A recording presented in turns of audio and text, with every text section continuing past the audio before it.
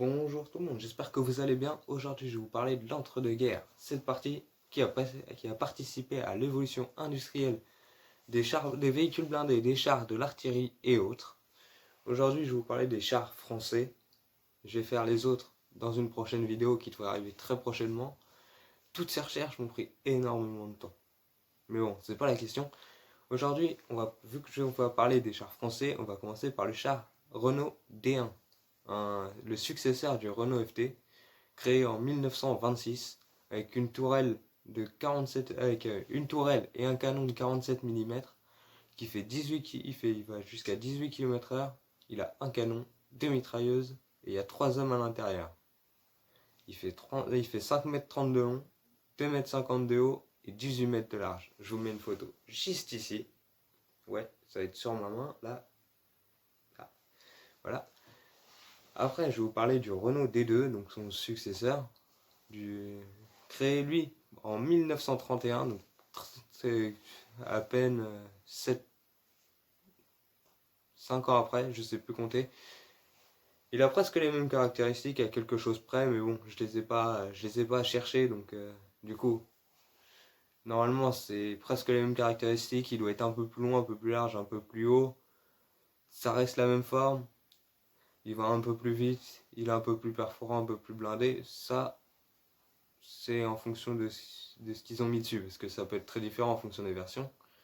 Après, je vais vous parler du char B1, un Renault B1, enfin même pas Renault, parce qu'il a été il a été créé par les sociétés FAMH, FCM, AMX. FAMH, FCM et AMX en 1934. Il avait un canon de 75 en casemate, donc fixe du coup, un canon de 47 mm en tourelle, deux mitrailleuses, 4 équipages.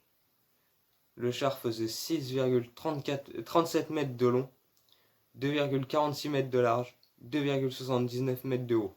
Surnommé le héros. Ce que vous verrez dans une prochaine vidéo, dans la vidéo de la Seconde Guerre mondiale. Et vous saurez pourquoi. Après, on va passer au le B1, je vous mets une image là. Le D2, je crois que j'ai pas mis d'image, mais comme c'est le même, je vais pas vous en mettre une deuxième. Après, je vais vous parler du FCM 36, un char qui a été commencé la conception en 1933 et qu'on réussi à les commercialiser en 1936, donc le temps de la conception. Après, il fait 4,51 m de long, 2,14 m de long. Non, attends, je crois qu'il y a une erreur. 4,51 m de long, 2,14 m de large, 2,14 m de haut, avec un canon de 37 mm et une mitrailleuse de 7,5 mm. Après, je vais vous parler du char Batignolles-Châtillon. C'est resté un projet, c'était l'amélioration du char FCM 36, que je vous avais mis là, qui est resté juste au stade de projet. Après, je vais vous mettre le Huttlich H35, H38 et H39. Ce sont presque les mêmes, à quelque chose près. Mais je vais vous juste mettre une image du H35 là. Là, juste là. Donc le H35 a été créé en 1935, le 38 en 1938 et le H39 en 1939 pour leur conception. Là, je vais vous parler du H35. Le H35 faisait 4,22 mètres de long, 1,85 mètres de large et 2,14 mètres de haut, avec un canon de 37 mm ou de 25 raccourcis en fonction des versions du char. Après, je vais vous parler de... Ouais, le Huttlich, je vous ai mis une image qui était là. Là. Après, le AMR33, qui vient là. Là, par là. Oui, je vais le mettre là. Oui, là. C'est bien, comme ça va prendre un peu de place. Bon, lui, qui a été conçu en 1932, mais normalement ça aurait dû être 1933, vu le nom, mais c'était 1932, qui fait 3,5 mètres de long, 1,54 mètres de large, 1,72 mètres de haut, avec deux mitrailleuses de 7,5 mm, dont une anti-aérienne. Donc en fait, il a une mitrailleuse à l'avant et une qui sert que pour l'anti-aérien. Après, on va passer à l'AMR35, le Renault ZT, qui est, enfin, son autre nom, c'était le Renault ZT, qui est une amélioration légère de l'AMR33. Bon, je reviens. Maintenant, je vais vous parler du FCM-2C, un char conçu et créé en 1921 avec 12 équipages à son bord, qui fait plus de 10,27 mètres de long, 3 mètres de large et 3,8 mètres de haut, avec un canon de 75 plus 4 mm et plus 4 mitrailleuses de 8 mm. Il est passé dans la catégorie des chars super lourds. Il faisait 68 tonnes. Après, on va passer à un autre, donc le FCM2C, je vais le mettre là, au-dessus, à la place de celui qui était avant. On va passer au Somua S35, qui viendra juste là. Le Somua S35 conçu en 1935, il faisait 5,38 mètres de long, 2,12 mètres de large, 2,62 mètres de haut, un canon semi-auto de 47 mm, une mitrailleuse de 7,5 mm en coaxial. Après, on va passer à l'AMC. Où est-ce que je pourrais vous le mettre? Je vais vous le mettre là, ici.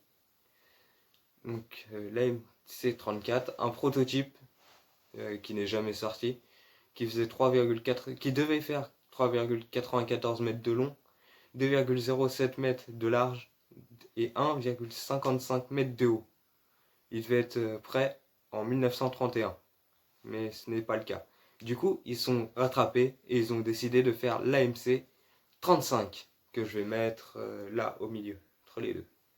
L'AMC 35 de 1932, qui lui faisait 4,572 mètres de long, 2,235 mètres de large et 2,333 mètres de haut, avec un canon de 47 plus une mitrailleuse de 7,5 mm toujours. Maintenant, on va passer au dernier que j'ai réussi à trouver, le Somua S40, qui lui est un chasseur de chars, avec 5 équipages à son bord, de 1937, qui faisait 5,670 mètres de long, 2,120 mètres de large, 2,648 mètres de haut, avec un canon de 47 mm fixe à l'avant. Et en plus de ça, il avait une mitrailleuse sur tourelle de 7,5 mm au-dessus. Et ça, je vais essayer de vous le caler ici. Bon, ce sera tout pour cette vidéo, si je la remodifie pas normalement. Mais bon, ce sera tout pour cette vidéo. J'espère que ce décor est mieux que l'autre. Vous me dites ça en commentaire. Bref, maintenant que j'ai dit tout ça, je vais pouvoir dire à la prochaine. Salut!